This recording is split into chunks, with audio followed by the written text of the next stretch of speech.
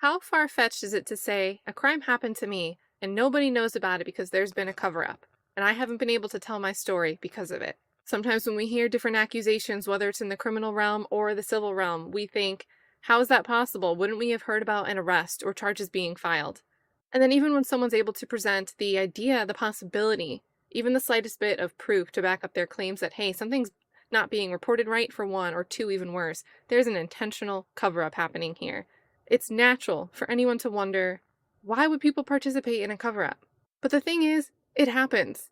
We're going to talk about a specific example involving Sean Williams. And before we go any further, let me know if you have heard about this case involving Sean Williams, because this is going to be a situation where we have some journalists, boots on the ground locally, really covering this story, but it hasn't gotten much national attention. But this seems like a huge story to me, and in this video we're going to go through the timeline together and find out how we got where we are, and how it's possible that someone could be making payments to a police department to allegedly cover up multiple crimes of R-wording more than a dozen women. So we're going to have multiple states. We're going to see more than just Tennessee. Tennessee is going to be the bulk of it, but we're going to see Florida involved, some other states. We're also going to hear about some prison breakout. There's a lot of moving parts here. And as we go along, I think if you have not already heard about this story, you're going to have the same question I did when I recently heard about it. Why is this not something that gets put in all the headlines? We're going to trace through this timeline, but it's good to know from the start a top-level summary. There is a parallel criminal and civil case moving forward involving claims that Johnson City Police conspired to protect Sean Williams, currently shown on screen, and even more allegations have emerged this year. Now, these allegations involve a new co-conspirator being named who was laundering money to the Johnson City police officers to continue the extortion scheme to cover up Sean Williams' crimes. And most recently, new allegations and new filings have emerged that say there's a co-conspirator who's helping to launder this money to funnel extortion payments to the Johnson City police officers. So again, this is one of those situations where it's not a lone actor, and we're going to have to philosophically toy with this idea of, why would so many people take part in a bad thing? How possible is that? Does it really happen? And while it's important to note that these cases have kind of been in motion for about 3 years now at the time of this recording, the trial for the criminal side of things for some of the charges, he's already been in prison for some other things. We are looking at July 16th now. This is a situation with Sean Williams where he's gone through 3 attorneys, he's now on his 4th, and Judge Ronnie Greer has said this is your last chance after the other 3 attorneys withdrew from the case from representing Sean Williams. And if he decides to dissolve this 4th relationship, then Mr. Williams will have waived his constitutional right to an attorney and will represent himself from then on, including at trial. And that the trial will occur as now scheduled for July 16th. And as we work through this timeline, we are going to hear bits and pieces of stories that may be triggering. In fact, when a digital extraction was done on some of Sean Williams' devices, from this affidavit, we have this shocking number here where it says, your affiant has identified approximately 52 female victims, which are depicted in digital images or videos, being essayed by Williams. And if 52 isn't bad enough, these assaults all appear to occur while the female victims were in an obvious state of unconsciousness. And this is what we're going to find out. And remember, this is not just about Sean Williams. This is also about a co-conspirator, a cover-up, police extortion payments, a system protecting this businessman, Sean Williams, while this may be what's going on. The first major reporting we have is from July 6th of 2022. That's not when this started, but this is where journalists start paying attention. This is a story written by Jeff Keeling, and we're finding out that the Johnson City Commission wants to review the status of a lawsuit filed against the police chief and the city. Of course, they're going to meet behind closed doors to discuss an attorney's lawsuit against the city alleging she was dismissed in retaliation after she attempted to get police to more thoroughly investigate an alleged serial R and drug dealer. There was a planned demonstration by a group that wanted Johnson City Police Chief Karl Turner to be suspended while the city conducts an independent audit of the police department. And specifically, Kateri Dahl is the one that brought this suit forward. She's suing Karl Turner, 3 unnamed Johnson City Police Department officers, and the city in retaliation to the case surrounding a downtown businessman Kateria Dahl was a special assistant U.S. attorney working for the Johnson City Police Department through a memorandum of understanding. Her suit claims that the police department leaders and investigators, including Turner, stonewalled her repeated attempts from September 20th through June 2021 to convince them to broaden a case against Voe beyond a federal charge of felon possession of ammunition. So they were already looking at this person. They weren't naming publicly as Sean Williams, but they were looking at him for what? He's a felon in possession of ammunition. So he's violating something. But we're not going after, we don't see this mentioned quite yet of the other things he's doing where there's victims present. Dahl's lawsuit said that there was sufficient information to investigate Voe for a string of incidents in which he drugged and essayed women he would meet downtown. So the city commissioners have this closed-door meeting prior to their regular commission meeting, which is sort of open to the public, but we're going to see not completely open to the public. The protesters, as expected, gathered at the city hall to call for the full investigation into allegations the police department is mishandling these R-word cases, and they're also calling for Turner to be suspended. But then during this commission meeting, the lawsuit didn't come up at all until a citizen named Jeff Clark, so shout out to him, spoke up during public comment regarding the Ash Street courthouse. They interrupted Jeff Clark and told him that the discussion was limited to the agenda item at hand. They end up telling Clark and the audience that was there that the city was instructed by their attorney to not speak on the pending litigation. Several that were inside decide, hey, we're going to wear some tape across our mouths, some inscribed with the word resign, referencing Karl Turner. And commissioners ended up directing people, anyone in the audience that had some questions, you can contact us via email or cell phone. But what happens? We have Ben Putnam. He comes along and he says, hey, my calls and emails weren't returned. Don't listen to them. They're lying to you. We'll be waiting outside to talk to you. No city leaders came out to talk with protesters after the meeting. However, protesters said Thursday night's meeting was only the beginning of their push against the city and Johnson City Police Department. The next day, July 8th, 2022, we get an article from Jeff Keeling and Ashley Sharp that mentions some other people are starting to have some information that they believe is about this Robert Voe, who, again, he's not currently named at this point in time as Sean Williams, but what happens? Fugitive alleged R-word Voe made scene at county office in April. He's allegedly been wanted for more than a year, and Johnson City's city manager stated Wednesday police continue to search for him. So documents and News Channel 11 interviews revealed that alleged serial R-word Robert Voe may at times have been hiding in plain sight, that he caused a disturbance at the Washington County Register of Deeds office on April 19th, 2022, and that at least one person claimed to be actively informing Johnson City Police about his potential whereabouts. And here, pictured here, is Teresa Bowman. She is Washington County Register of Deeds. She and two colleagues at her office are convinced that a man who made a scene at the office on April 19th is the alleged serial R-word Robert Voe. At this April 19th incident, a man angrily insisted that the Register of Deeds employees refuse to record a document he said would be brought in. Chelsea Summy and Amy Willis dealt with the irate property owner who they now believe to be Voe in Jonesboro that day. Reading weeks later about a federal lawsuit against Johnson City Police convinced them. The man they had a tense encounter with at the Washington City Courthouse, resulting in a call to the police, was the same Robert Voe at the center of the lawsuit. I was surprised that it was the same guy that came into the office and did that. Willis, the Register's office chief deputy, told News Channel 11 of Voe's visit to the office that resulted in the Register of Deeds, Teresa Bowman, later calling the police. By that, Willis was referring to the man's aggressive demands that her office prevent another person from filing a document related to a downtown property he owned, saying it was fraudulent. Now, what's especially important here is this note that I'm seeing for the first time mentioned. After News Channel 11 broke the lawsuit story on June 29th, and people flooded social media with pictures and the name of the man that dozens were claiming was Voe, Willis said she recognized him by his appearance and his address. Summy and Bowman confirmed the same.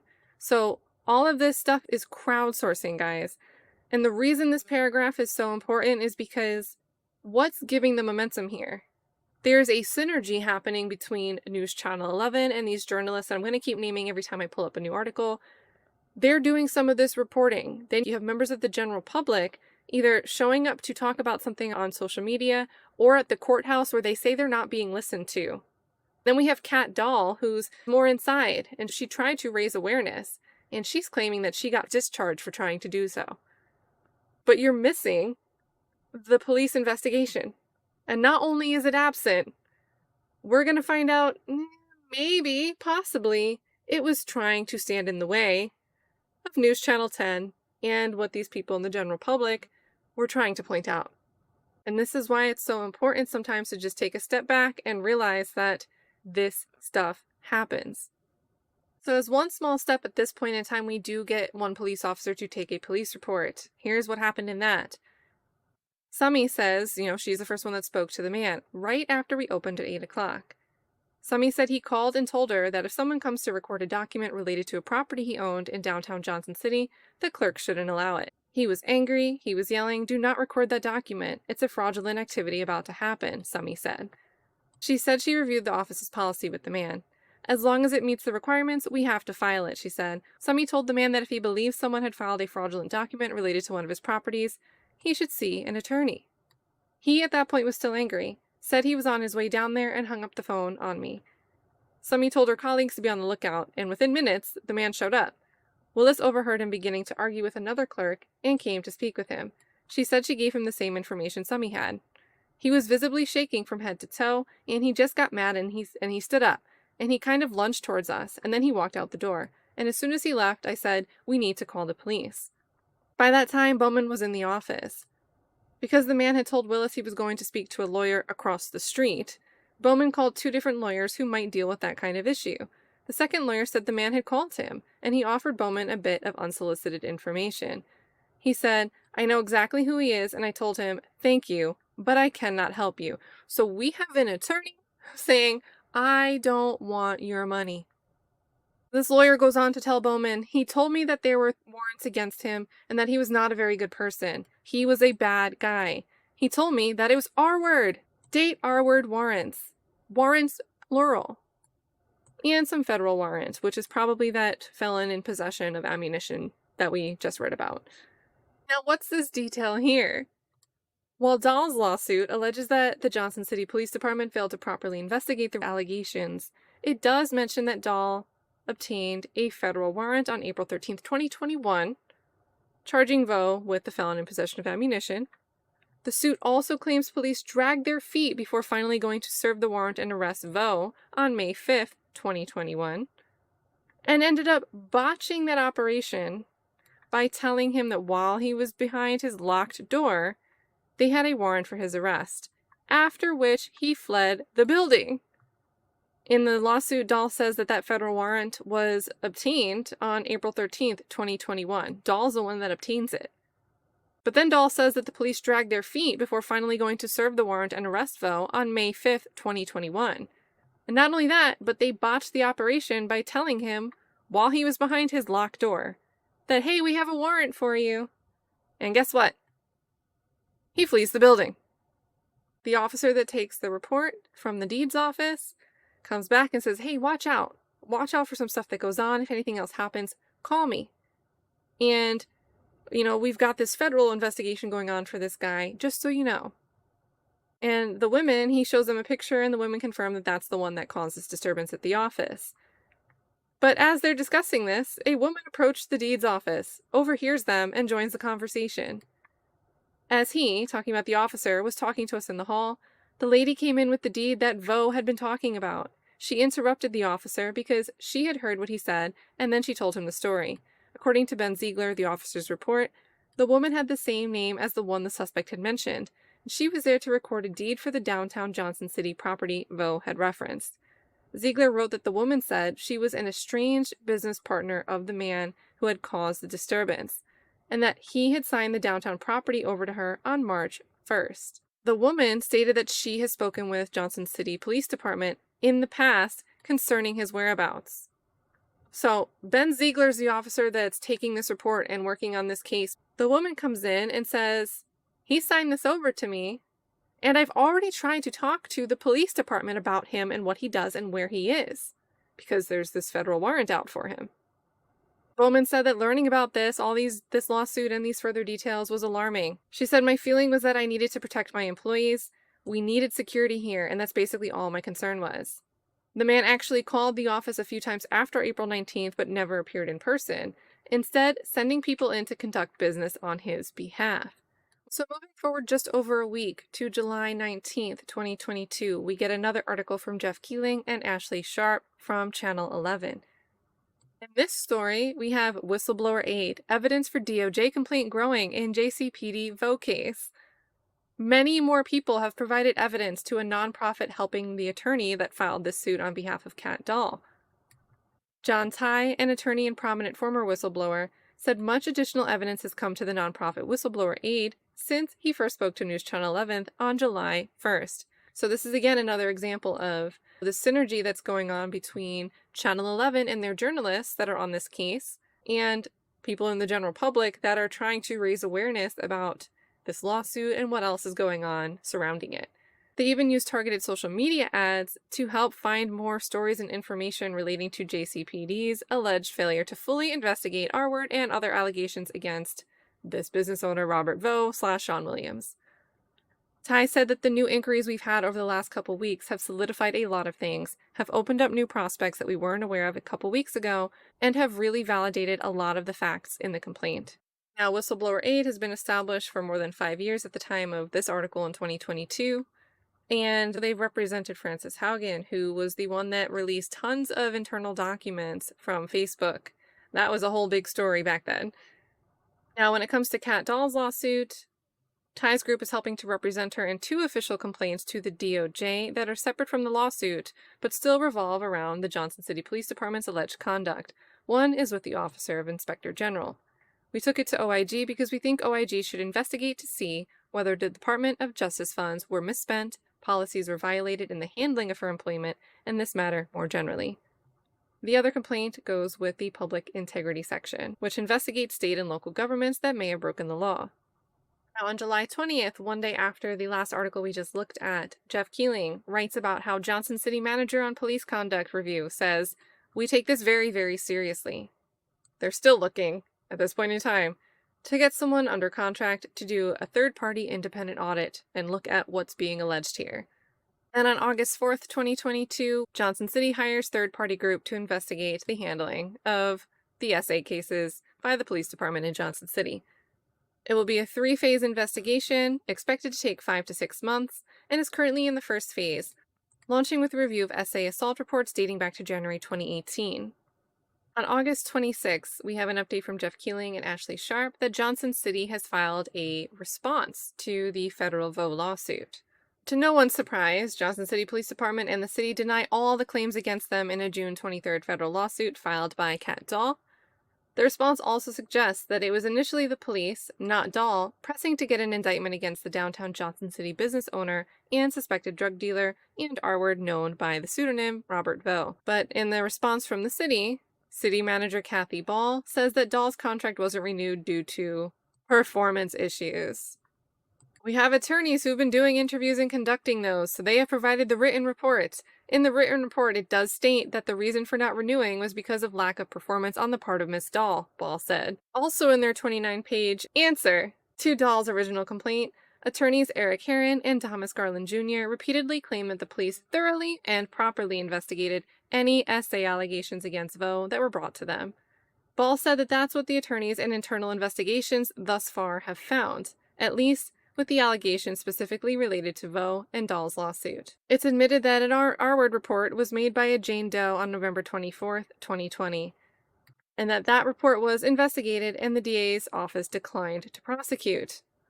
Now we get some more details about Kat Dahl trying to get these warrants to be brought in to include these SA claims against Robert Voe to just be a little bit more beyond the scope of that felon possession of ammunition. And here we get some timelines. The lawsuit, this is going back to Kat Dahl's initial lawsuit, unreasonably delayed producing requested documents to Dahl. In early November 2022, Dahl began seeking a federal search warrant for Voe's computer and phone SIM card, but Johnson City police officers did not provide needed documentation until mid-January 2021. By that point, the evidence for the probable cause affidavit was too old and stale to meet federal requirements for obtaining a search warrant. My guess would be that this is either a 30 or 31 day window, and that's why if we ask for this in November 2020, and we don't get the supporting documentation to substantiate the warrant, so a judge will sign off on it until mid-January 2021, we've gone past that. But in the response to Kat's claim here, Johnson City says that JCPD wanted Dahl to pursue the ammo indictment and not wait. It says seeking an indictment would be of interest to the U.S. Attorney's Office since it was the only clear means of obtaining a conviction of Voe. The response suggests that the JCPD pressed Dahl to more quickly get an indictment of Voe after Detective Thomas Sparks told her of rumors that Voe might be selling cocaine. The response also admits that in mid-November 2020, Voe was facing 2 claims of SA already. Their logic here being that since Dahl was already provided irrefutable evidence to support federal charge of a felon in possession of ammunition, investigating Voe for all potential crimes could lead to evidence of cocaine trafficking or a felon in possession of a weapon. And that Chief Turner wanted a quick indictment on the ammo, and that Chief Turner wanted this prompt indictment on this ammo charge. And once they had that, it would facilitate further investigation of potential charges for cocaine trafficking, gun possession, or SA. Now, what's the problem with that? Basically, we'll use a warrant for one thing to get them charged for one thing, and we'll just take the freedom to do what we want in searching for these other things. Even though the initial warrant we're requesting, Chief Turner just wanted it to be limited to a specific scope. There's issues there. But they say that this is what they wanted Dahl to do, to just make this prompt indictment, and whatever about the rest of the charges, maybe we'll use that one limited warrant to find more. So Dahl ends up saying she finally decides to obtain an indictment just on the ammo charge, which was issued under seal on April 13th, 2022. Because of U.S. Attorney's Office policy, it was JCPD's responsibility to arrest Voe, because he was not yet a fugitive. But what happens? Dahl urges the department's Special Investigations Squad to serve the warrant more than 24 times between April 13th and May 5th. But she does what they ask. She abandons the broader scope for what could be more serious crimes with actual victims. They say, if anything, we'll just stretch the scope of what this arrest warrant and possible charge could be and do what we want from there. So she does it. And then she has to nudge them 12 times to actually go and serve this warrant, go and make the arrest. The response admits that Dahl at least made several communications with officers, expressing her anxiousness to have Voe arrested, but as Dahl alleges, officers did not seek to arrest Voe by apprehending him at his home. It's denied that her concerns were ignored, but admitted that officers were attempting to spot Voe out and about in the downtown area, instead of staging an apprehension at his home. And what happened? We heard from Kat that they say, hey, we have a warrant for you, and he just dips out. Eventually, officers did go to Voe's condominium. In its 9th of 10 defenses, one that says Turner didn't conspire with 3 officers who are also being sued by Dahl because he had no knowledge of the indictments of May 5th, the response delves into the events of May 5th. It says that an officer, Jason Lewis, chose to go to Voe's high-rise after the issuance of the BOLO, Be on a Lookout, on May 5th, 2021. Dahl's lawsuit describes an officer knocking on Voe's door that night, announcing there was a warrant, and Voe refusing to come out. While the response doesn't admit to that, it does refer to a decision by the supervisor to have officers vacate the premises. Here's some 911 calls that we're going to hear. Yeah, I have a police at my door that won't tell me why he's there. Can you What's your address? connect me to somebody that can tell me more about this? At 9:46 p.m. on May 5th, 2021, Voe makes his first 911 call from his downtown Johnson City apartment, wondering why a JCPD officer is outside his door. Voe claims he isn't there, that someone inside told him about the officer, but the officer on scene and dispatch are convinced Voe is inside. I'm not there. Somebody told me that there were police there. It's just one officer. It just seems kind of strange. So Okay, what is it? So you are talking to the officer right through the door. No, that's not me. I'm not there. Well, who's talking to my officer? Probably my roommate or whoever's there. What's this about? The officer was there to serve Voe his warrant on federal weapons charges. Voe, claiming to be away from the apartment, demands the officer call him directly or wait for his lawyer to arrive. The call ends and another officer arrives before Voe makes a second 911 call at 9:56. This time, he seems to indicate he is at the apartment. Are you there at 200 East Main Street? Yeah. Okay. Yeah. Okay. Yeah, what's the problem? With 2 officers outside his door, So which was it? Voe is still waiting for answers. I think they're just wanting to talk to you. But About what? I don't know, but I'm more than happy if you want to. Yeah, all right. Well, somebody needs to tell me. Dahl claims Voe did eventually get those answers. The lawsuit says those officers and eventually a third that arrived at Voe's door improperly notified him of the warrant. The suit claims, quote, no reasonable officer would fail under such circumstances to execute an arrest warrant on a felon solely because the felon declined to leave his home and submit to arrest. In a legal Now let's pause there, because how many times do we see, and guys, I'm recording this on the heels of the situation with the Air Force man who was tragically killed with, in my opinion, maybe you guys have different opinions on this, but the police officer was knocking on the door and it seemed like he was standing outside. He didn't announce that he was a police officer. Guy opens the door, he does happen to have a gun in his hand, and the officer starts firing immediately and the guy ends up dying. But that's not the only story we hear like that, right? Someone pounding until the door is opened. What did they do here? Well, were they really trying? You know, typically we hear a lot more stories, and maybe that's because that's what goes viral or we hear more headlines about it. But a lot of the time we hear stories about police officers overstepping to try to get into someone's house and serve a warrant on somebody, or aggressively try to arrest somebody by any means necessary. And here there's just kind of this lackadaisical approach. What do you guys think about this idea, this claim from Kat Dahl that the officers didn't even seem to try to serve this warrant upon the person they were supposed to serve it to? What do you think about these 911 calls so far? response, Johnson City claims, quote, the responding officers on the scene had conflicting information as to whether Voe was the person communicating with them, and that a, quote, supervisor advised to vacate the building because they could not verify Voe was the person inside.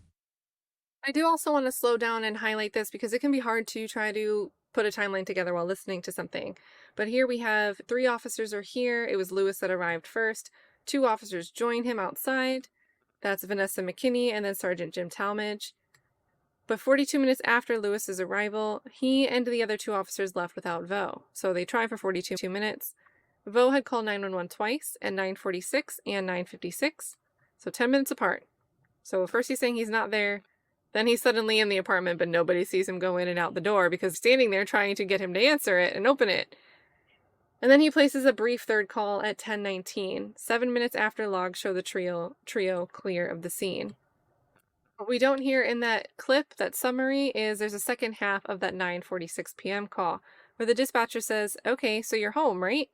And Voe says, no, I'm very close. I can be there in a few minutes. What is this about? Hello?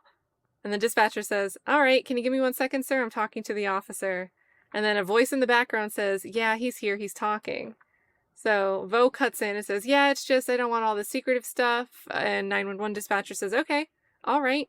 He knows that you're there, and we have another officer on the way, so you can open the door and talk to him. And so maybe he'll go away, or you can keep having to deal with him. Either one you want to do. Are you there? Hello? And they do end up showing the picture, and they note that records show Voe sold his 5th floor apartment at Downtown Towers earlier this year. And in Dahl's suit, she had said, hey, the notion that officers would go and notify Voe that there is a warrant, but then leave without attempting an arrest, that violates your duty under clear policy and almost universal historical practice. So the city's defense attorneys in this response, Heron and Garland, they deny these scathing allegations, but admit to the following: that responding officers had conflicting information as to whether Voe was the person communicating with them. The initial officer on the scene, Lewis, does not recall if any reference about the existence of a warrant was made, and the other 2 who arrived later don't remember a warrant being mentioned. Talmadge contacted his supervisor, who advised to vacate the building because they could not verify that Voe was the person in the condo. Hugh Eastwood, one of Dahl's attorneys, told News Channel 11 he was limited in what he could say about the response to the suit at this point, but offered the following: we stand by our pleading. Kat Dahl looks forward to her day in court. Now guys, we are going to break here. I'm going to do this in parts. In the next part, we are going to get into, finally, an arrest. He's identified. His identity is revealed. We're going to get into some real juicy stuff. And when I started recording this, I didn't plan to do it in parts, but I think that's going to be the best way to do it. people falling out of windows from Robert Voe's apartment, his condo. Him finally being identified as Sean Williams. That's what we're going to look at next. This will probably be 3 parts, I'm thinking. So with this wrapping up part 1, what are your thoughts so far? Again, in the beginning of this video, I asked if you had heard about this case going on because, if we're hearing about these extortion payments from police officers and what have you, that should be a big deal. I mean, we talk about things, headline news sometimes is much smaller than that, and we see it covered nationally. And luckily in this case, I think we have a lot of passion from a small handful of journalists, not just from Channel 11, there's a few others that are doing coverage, and they'll come into the story as we move further along in this timeline. But I'm not seeing this in national headlines. And again, the main purpose as we go through this is the idea of, well, if the police looked at something and decided not to arrest or charge, that means there wasn't enough there. Maybe. But what if something like what's happening with Johnson City Police Department is what's happening and why nobody actually cared to look? And what about that other philosophical question? Well, a conspiracy?